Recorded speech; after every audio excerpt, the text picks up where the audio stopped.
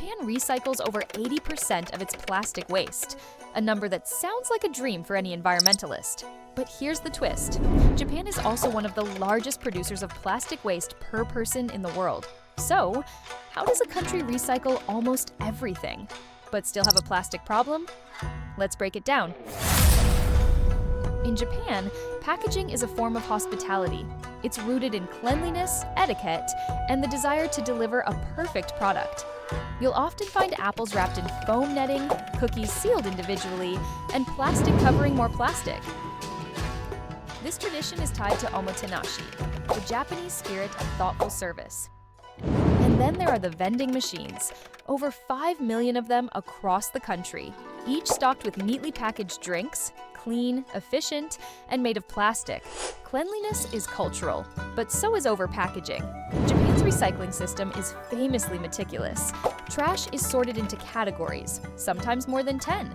Plastic bottles, caps, labels, all separated. Everything must be clean before disposal. Citizens follow these rules diligently. Miss the collection day and you wait a week.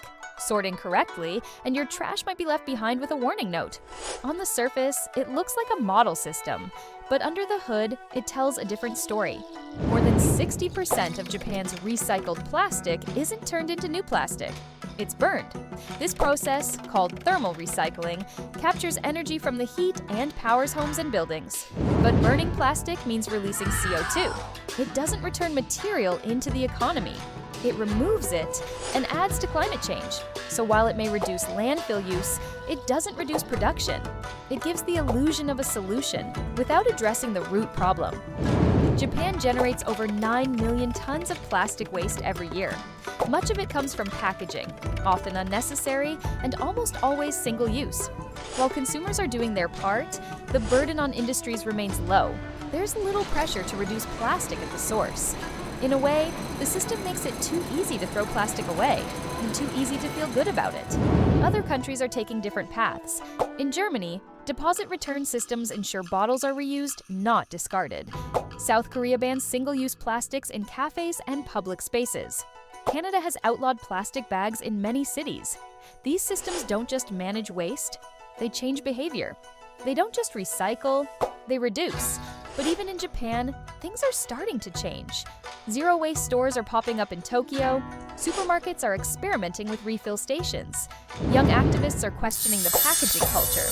There's momentum, but it's slow, shaped by decades of habit and convenience. So yes, Japan recycles 80% of its plastic. But if most of that plastic is burned and new plastic keeps coming in, is that really recycling? Real sustainability isn't just about where waste goes. It's about how much we create in the first place. Because the best way to deal with plastic waste is to not make it at all. If this made you see recycling differently, subscribe for more stories that make you think, feel, and see the world a little clearer.